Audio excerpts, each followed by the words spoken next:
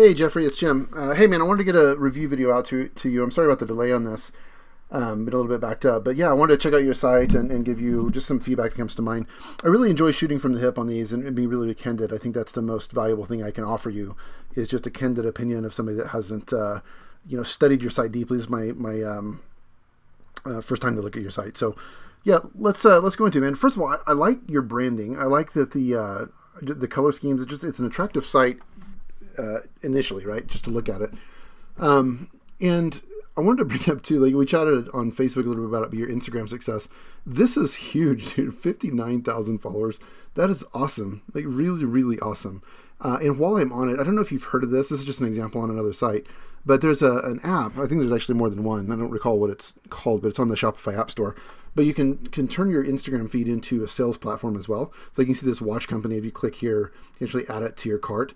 So I thought that's kind of a cool thing, maybe something to experiment with since you've got this really huge following here and you've obviously mastered Instagram. Yeah, I mean, and one thing, I don't know if you've ever thought about it, but there's also a lot of potential in teaching people, like harnessing your skills and maybe developing a course or teaching people in some way how to grow this. I know you share some of that on Facebook. You obviously know what you're talking about. So something just as a side note, something to consider is harnessing your knowledge and teaching others this, and that maybe as a side project or even maybe your main thing someday, because you're obviously doing quite well with this and have a really engaged following, so that's huge. Okay, so if I come back to your site here, I know you've heard it said before by me. I'm sure it's kind of a beating a dead horse, but the most valuable area on your site is before the fold, before you scroll. In that area, you have to absolutely let people know what it is that you do immediately so they can make a decision on if it's for them or not. So if you look at your Google Analytics and look at your bounce rate, how quickly people are leaving your site. If they're leaving quickly, that's indicative of a couple things. One, you're bringing traffic to the site, or potentially you're bringing traffic to the site that is not relevant. So if I'm a dog guy and you take me to your cat site, I'm not interested in cats, so I'm going to leave. So same thing is true here. Once you know that's taken care of, and I'd say, I mean, if your traffic is coming from Instagram, they're going to be pretty warm, right? Because they know what you do. So I think that's that's a plus. So I don't know if that's your case or not, but if it is, just keep that in mind, bringing relevant traffic to the site. Beyond that, if people are still bouncing within a few seconds, it could be they're not understanding what it is that you do. And as I look on your site, it's pretty evident to me that you're involved in biking, right? That's pretty obvious. The thing about sliders that I'm not a big fan of is if they go too quickly, then they're distracting. If they go too slow, then I'm only going to see the one I land on. So you've got, like I said, just a few seconds, and often cases less than 2 seconds to convey what it is that you sell. So I'm going to land on this, and I'm immediately thinking this is just kids riding a bike. I don't really know what you offer here. So for that reason, let me show you something. Okay. If you go to my blog, blog.groovejar.com, this first article, How to Boost Your Conversion Rate with a Killer First Impression, if you click on that, you'll see that I took a deep dive into studying what makes a strong first impression on a site and how to make a good first impression, especially in the e-commerce world. So I share some examples here, good and bad. So this is an example of a design style that I really like, where you've got this one large hero image and everything else is just on top of that. So you've got the logo here. It's immediately clear what it is they sell. It's shades, right? That's part of their the logo and the verbiage in their logo. And then you have this model confidently wearing these shades, right? And this background image. It's just an attractive site. It's just an attractive, clean design. So imagine that on your site. Like you've got this dead space here where, free shipping, that's important to include, but it's not so important that it needs to continue to push down your header and make this, like this is just wasted real estate, and it's prime real estate. So consider that. Consider having a large image here, right? It fills everything. Bomb biking is right in the middle. Then you have your links right below that, kind of mimicking this sort of style. And I don't I don't yet know what you do. I know you do something related to bicycling, but I don't really understand. So TNT gloves. So you sell gloves. Okay, I get that. And then a second ago, I saw the picture of the kids. So do you sell kids bikes? I mean, truly, if I'm being perfectly candid, I don't really know what it is that you offer. Bicycles themselves, accessories for bikes, kids bikes, I'm not sure. And then as I scroll down, I can't really see anything else on your page. So I'm a big fan of having this hero image and then scrolling down and being able to see more of what you sell. Categories and just different things of what you sell right there. Does that make sense? So just being able to continue down the homepage is a little more expansive. Okay, but let's dig in a little bit. Let's figure out what it is that you have. All right, so Bomb Gear. And I'm sorry I'm so naive to this, man. Maybe like is Bomb the brand, I guess? View all. I hope this is helpful because like it makes me look like a fool, but this is a realistic idea of what someone's going to be wondering when they're looking at your site. Okay, so I'm gathering that this is your brand of just different things. So a lot of this can be conveyed in your homepage on the initial image. You just have different biking accessories. So think about this. In this image, you need to convey what it is that you sell immediately in the imagery and in words. So bomb biking, like what is it? So what is your tagline? Think about the concise tagline, just a few words of what it is that you sell.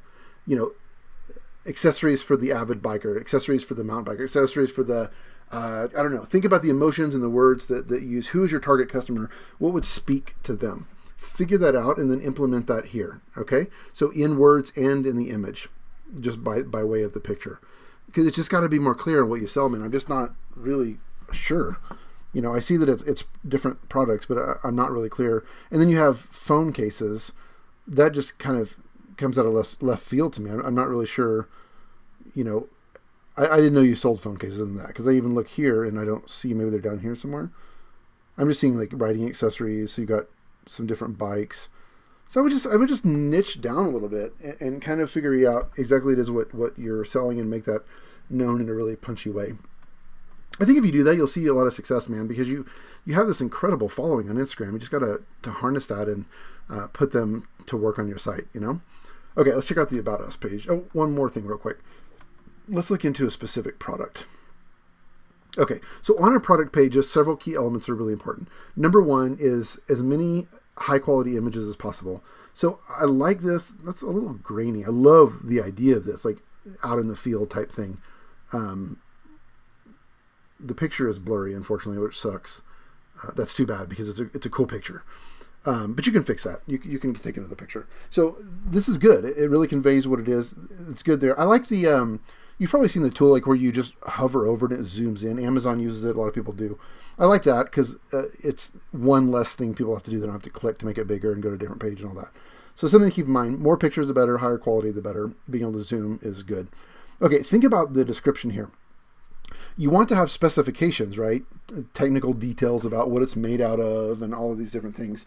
Durable leather, textured middle index finger, all this, that's important. But even more important, and before this, you need the emotional words that sell. So think about the benefits. Who is your target customer? Write to that person specifically in your copy. Use you, not they, right? Or specific person. And then take a moment to sit down and think about, really meditate on what are the emotions behind your brand? What are the emotions behind these specific products? What are people feeling? Imagine like the sense of adventure. So I'm guessing you're an avid biker. What do you feel when you ride? So figure that out, come up with these words and massage that into your copy and convey to people the emotions behind it. What are they feeling? So people buy with emotions, not with the technical side of their brain. So you've got to get to that point where you're including that in your copy. So let me show you an example. So this is just simple hand washing gel, right? Not an interesting product. But take a read of this. One whiff of the soothing sea scent, and you may be inspired to stand on the bow of a sailing ship with your arms outstretched like a bird flying toward the shore. So they've captivated powerful emotions in something as goofy as soap. So that's where you need to go with it and just apply it to your own brand. Okay, the third thing is reviews. Reviews are absolutely critical. So when I go to Amazon, if the product doesn't have any reviews, I don't buy it. If it has bad reviews, I don't buy it. And I know this is difficult when you're first getting started, but you've got to do whatever you can to get reviews, to incentivize, if you need to, your customers to write reviews. Follow up with them. So send them an email, ask for a review. If they don't answer you, send them another one, ask them. So don't take the fact that they didn't respond as that they're not interested, but they're just busy. Follow up with them a few times and really work to get that review. It's really important. And once you get those, display them with star levels on your site.